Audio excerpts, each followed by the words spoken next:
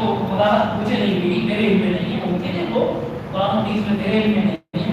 کہ سارے علم کسی کے پاس بھی نہیں ہے، وہ وقت لگی ہوئی ہے علم والے پر ایک علم والا ہے، مجھے اس کا نہیں۔ البتہ یہ ہے کہ جو ایمان والوں کی روح کیسے کس کرتے ہیں اور جو کافر لوگ ہیں، نافرمان، فاسق، فاجر لوگ ہیں، ان کی روح کیسے کس کرتے ہیں، اس کا ذکر ہے۔ سورۃ النحل میں آیت نمبر 30 سے آپ پڑھنا شروع کریں تو آپ دیکھیں گے کہ وہاں اہل ایمان کا تذکرہ ہے، ان لوگوں کا جنہوں نے اس دنیا میں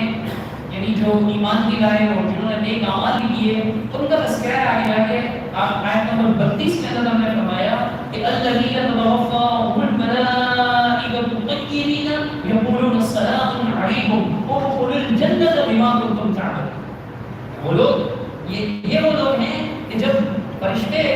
ان کی روحیں قبض کرتے ہیں تو بڑی رحمتی سے اور ان کو کہتے ہیں کہ تم پر سلامتی ہو، تم ہمیشہ سلامت رہو، کیونکہ تم ایمان لائے تم سلامت رہو اور جنت میں داخل ہو جاؤ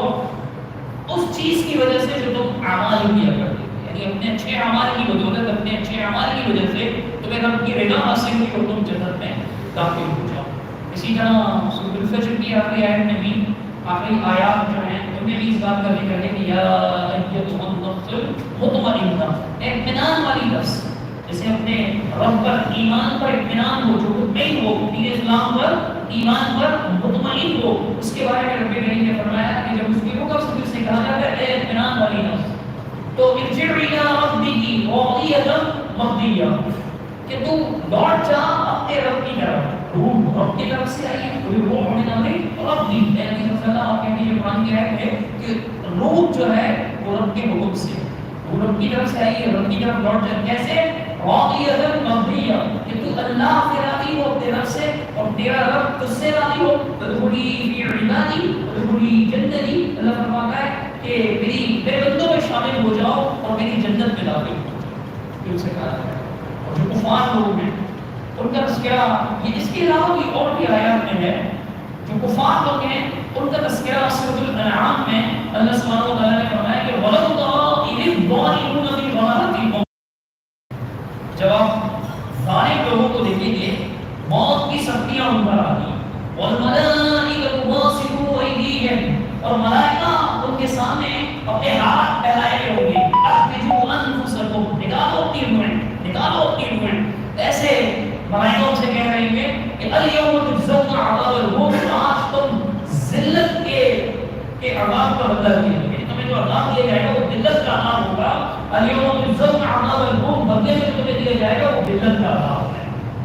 یہ ان سے کہا جائے گا۔ اسی طرح سورہ انفال کی آیت 50 میں بھی ہے کہ وَلَوْ تَرَىٰ إِذْ يَتَوَفَّى الَّذِينَ كَفَرُوا الْمَلَائِكَةُ يَضْرِبُونَ وُجُوهَهُمْ وَأَدْبَارَهُمْ، کہ آپ دیکھیں گے کافر لوگ ہیں کہ جب فرشتے ان کی روحیں قبض کرتے ہیں تو فرشتے جو ہیں ان کے پیٹھوں پر اور ان کے چہروں پر تھپڑ مار رہے ہوتے ہیں، ان کے چہرے پر، ان کے پیٹھوں پر، اور ان سے کہتے ہیں کہ ذوقوا عذاب الحریق، تم چکھو جلنے کے عذاب کا مزہ۔ کافروں کے ساتھ سختی کے ساتھ پیش آیا جائے گا، ان کی پٹائی بھی ہوگی، اب بظاہر مرد نہیں ہوگا۔ تو کتنے لوگوں کو اپنے مرتے ہوئے دیکھا، کافر لوگوں کو بھی، مسلمان لوگوں کو بھی، مسلمانوں میں نیک لوگوں کو بھی، ظالم لوگوں کو بھی۔ اب دیکھیں اگر کوئی مسلم ہے اس کا معاملہ تو اللہ کی سپورٹ ہے، کیونکہ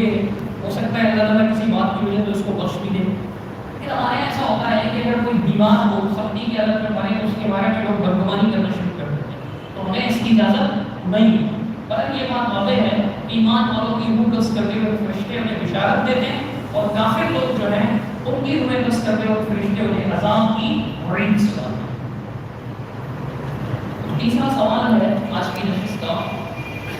سلف سے کون لوگ مراد؟ سلف ایک لفظ استعمال ہوتا ہے